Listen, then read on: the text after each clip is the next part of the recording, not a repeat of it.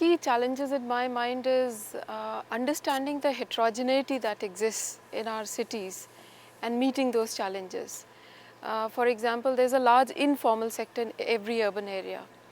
And as conventional planners or civil engineers, we don't know how to plan mobility for this sector. So the challenge is, how do you meet the mobility needs of this informal sector who cannot pay for their own transport, who must be given safe mobility, who must be given a space in the city.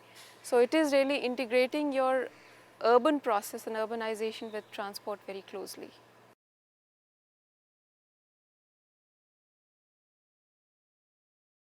As far as I'm concerned, every little detail as an academic we ended up analyzing.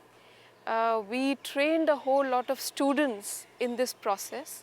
So it's the process which was really important to me. It was a participatory process. We had a lot of involvement with the real users, citizens, especially citizens who are always left out in this mobility debate. People walking, using bicycles and using public transport systems.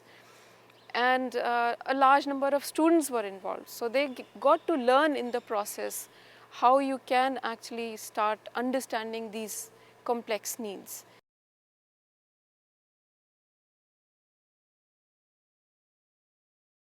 I think main challenge is that the existing science has really evolved around cars. And in this century now it is well accepted, there is a consensus on this, that we are designing cities for people, not for cars. We have to worry about mobility of people, not vehicular mobility. So the research challenge is now to move away from this car-centric paradigm and change all your transport principles and paradigms to people-centric. Why would people cross a road? Where will they cross the road? Whether they will use a bus stop which is 200 meters away or 500 meters away.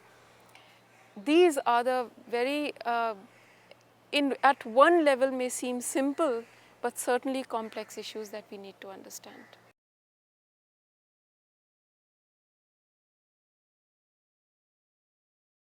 We definitely need people, technical people who are very sensitive to our socio-economic needs and socio-economic dynamics in the urban area.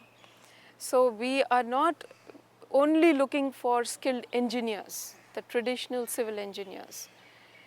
Those civil engineers must be sensitive to how cities grow, what are the roles of different socio-economic groups in the city, and therefore what are their mobility needs. So that's one, and it is completely lacking today.